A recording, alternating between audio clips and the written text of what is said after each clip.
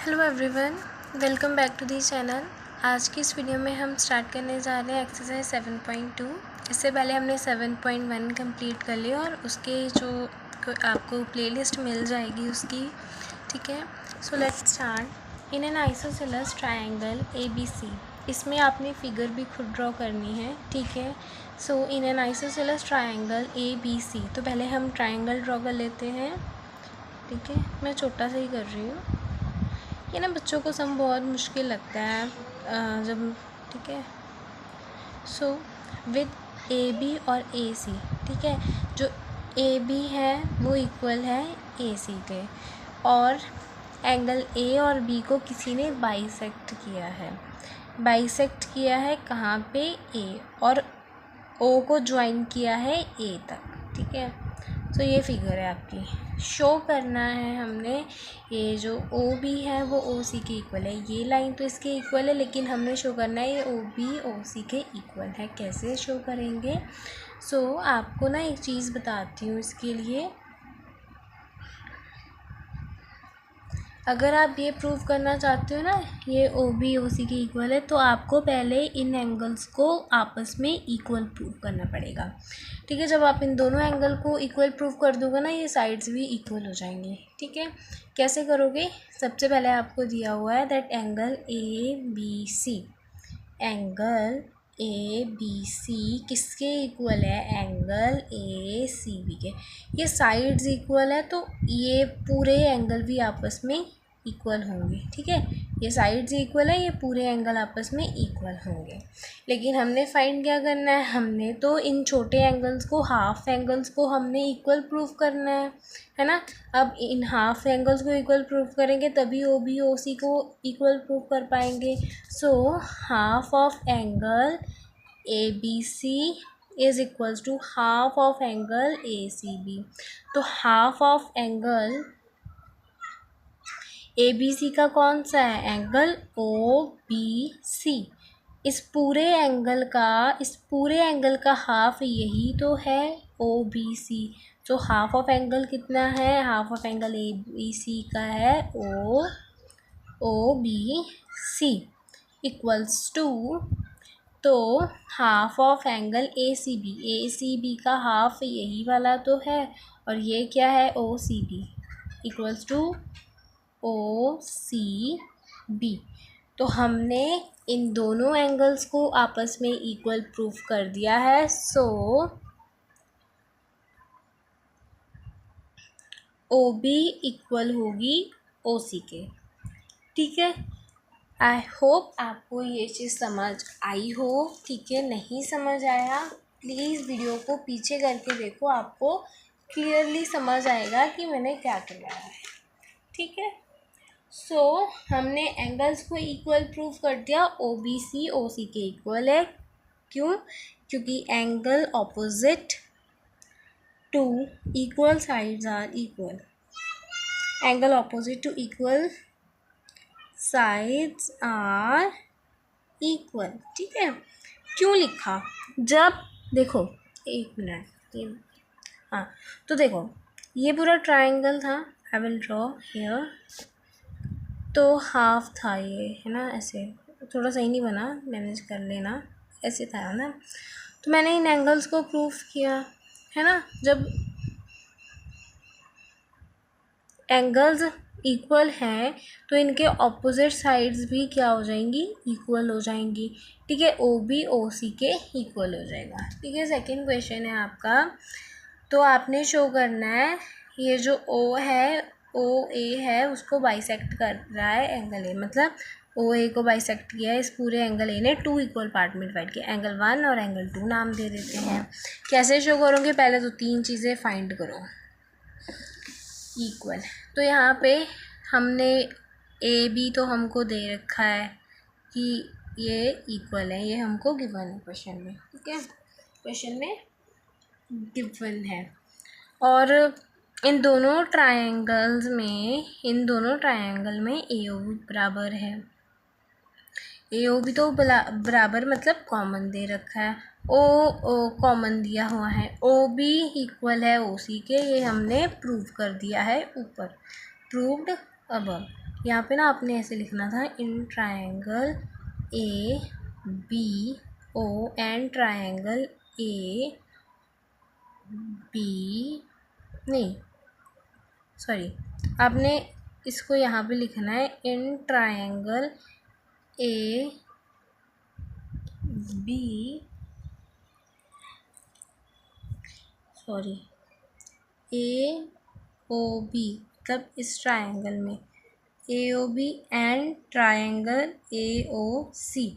ठीक है, triangle A O B और ट्रायंगल ए ओ सी में A B O C O B के इक्वल है, ये कॉमन लाइन है, ये क्वेश्चन में हमको दिया हुआ है, ए बी ए सी के इक्वल है। तो so the triangle A O B congruent हो जाएगा ट्रायंगल ए ओ सी के, कौन से रूल के, ये सारी साइड्स ही हैं, साइड साइड साइड। ठीक है, अभी हमने ये 3 चीज़ें प्रूव कर दी, तो अब ये उन्होंने, तो एंगल 1 और एंगल 2 भी आपस में इक्वल हो जाएंगे। क्यों होंगे इक्वल? एंगल 1 और आपस एंगल 2 में इक्वल क्यों होंगे? By CPCT rule. क्यों?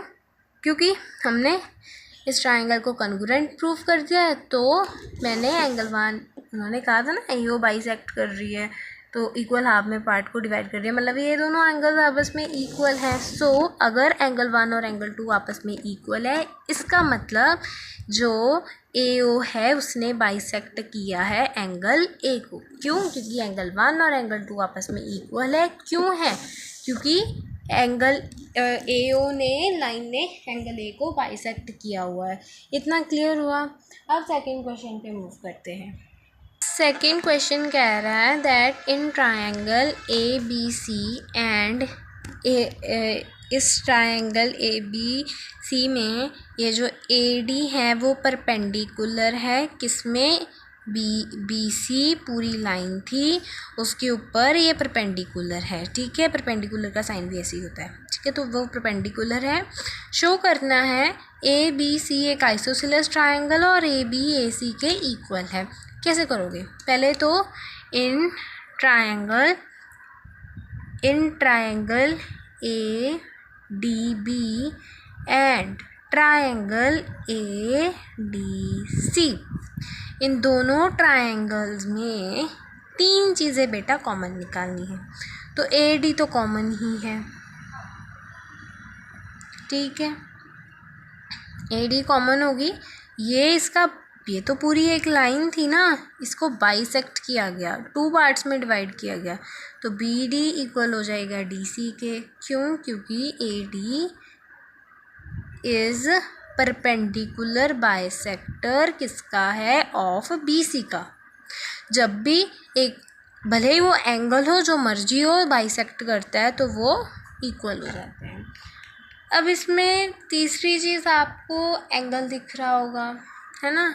एंगल दिख रहा है, यहाँ पे भी 90 डिग्री का बन रहा है, तो आप इसको नाम भी दे सकते हो एंगल 1 और एंगल 2, आप ऐसे भी लिख सकते हो A D B, angle A D B equal है एंगल ए डी सी के। क्यों? क्योंकि 90 डिग्री है।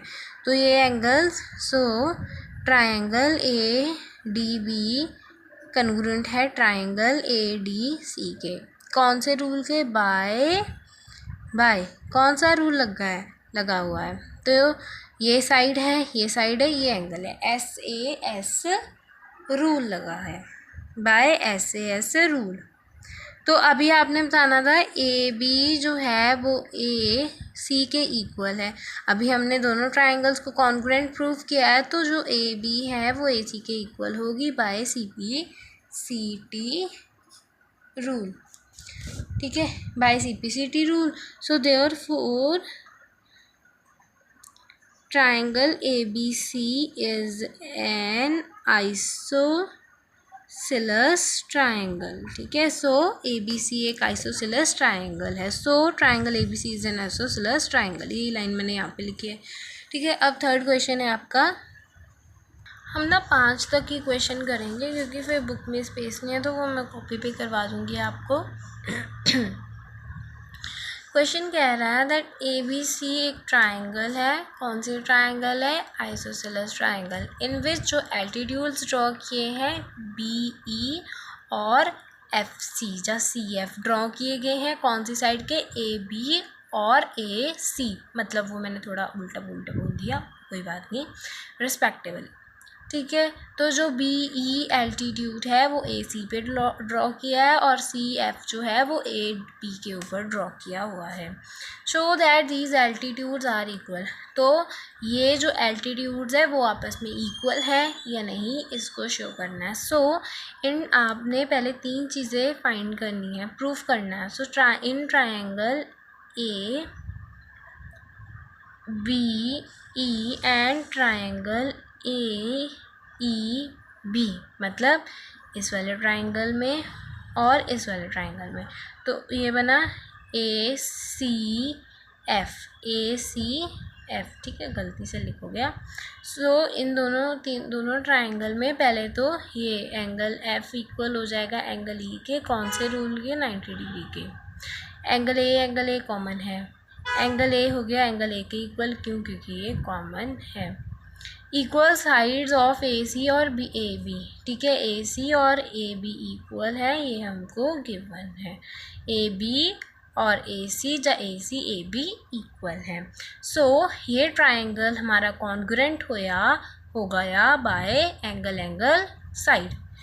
So triangle A B E and triangle A C F congruent है बाय एंगल साइड। तो ये जो एल्टीट्यूड्स हैं आपके वो C P C T rule के अकॉर्डिंग इक्वल हो जाएंगे।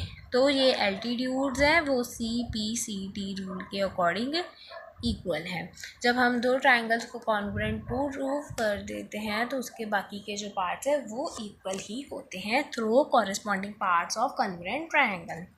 इतना समझ आया? अब हम पहुंचते हैं हमारे 4th क्वेश्चन पे। 4th क्वेश्चन भी डायग्राम सेम है इनका। तो इस ट्राइंगल में बी ई और सी एफ एल्टीट्यूड्स है to the equal side A C और ए बी।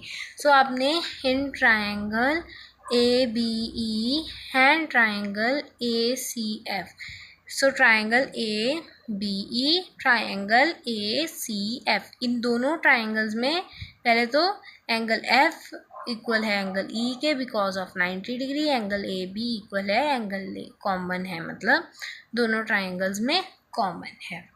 तो अब और कौन सी चीज़ आप इसमें कॉमन लिख सकते हो? क्या लिख सकते हो कॉमन? ध्यान से देखो।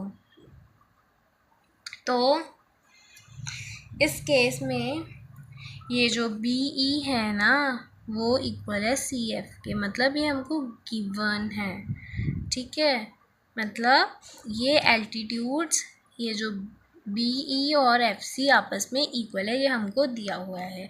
सो triangle A B E congruent है ट्राइंगल ए सी एफ के, ये एंगल्स एंगल साइड के अकॉर्डिंग इक्वल होंगे। अब हमने प्रूव करना है ए बी और ए सी इक्वल है, ठीक है, जैसे हमने इसमें A B A C equal लिए थे, हमने यहाँ पे प्रूव करना है।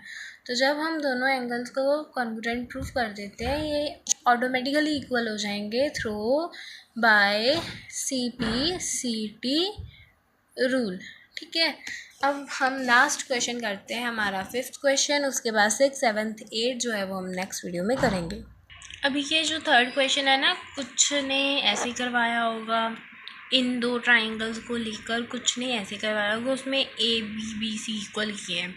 लेकिन अगर आप इजी मेथड करना चाहते हो ना तो इन दो ट्राइंगल्स को ही कंसीडर करो, क्योंकि इसमें साफ दिखाई दे रहा है कि एंगल एक कॉमन है। इसमें थोड़ा कन्फ्यूजन होती है, angle opposite equal side are equal, ठीक है। तो आप इन दो ट्राइंगल्स को ही आपस में लो, ठीक है, इन दोनों को। जिन्होंने मतलब वीडियोस और देखी है उनको पता लग गया होगा कि मैं क्या कह रही हूँ, जिन्होंने नहीं पता कोई बात नहीं, बस ऐसा कर लो आप, ठीक है।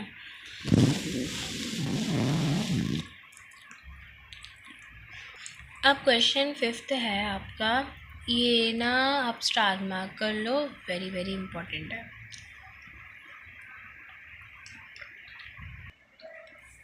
सो ए बी सी और डी बी सी दो आइसोसेलेस ट्राइंगल्स हैं, इनका जो बेस है वो 1 है।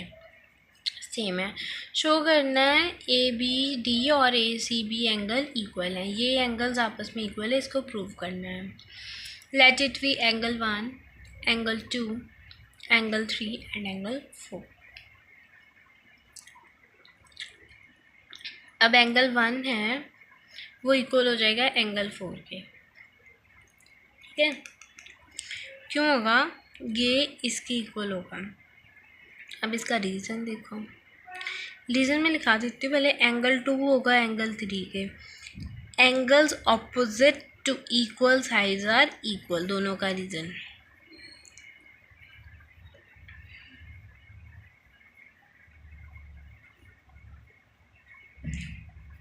ठीक है, दोनों का यही रीज़न है। ये इक्वेशन 1 है और इक्वेशन 2, ठीक है। अब आपने क्या करना है? एडिंग बोथ दी इक्वेशन, दोनों को ऐड कर लेना है, ठीक है। तो दोनों को ऐड करना है। Angle 1 plus angle 2 right hand side और फिर लेफ्ट हैंड साइड से कर लो, मतलब पहले राइट और पहले लेफ़्ट फिर राइट। फिर एंगल 4 प्लस एंगल 3। एंगल 1 और एंगल 2 क्या है? A B D, angle A B D है। और एंगल 3 और एंगल 4 कौन से हैं? एंगल 3 और 4 को प्लस किया ए सी डी, ठीक है। Angle A C D, plus का साइन है ना, प्लस का एंगल 4 और 3 को प्लस किया ए सी डी बन जाएगा। यही प्रूव करना था कि ए बी डी इक्वल है ए सी डी के, तो वो हमने कर दिया। अब यहाँ पे लिखोगे हेंस प्रूव्ड।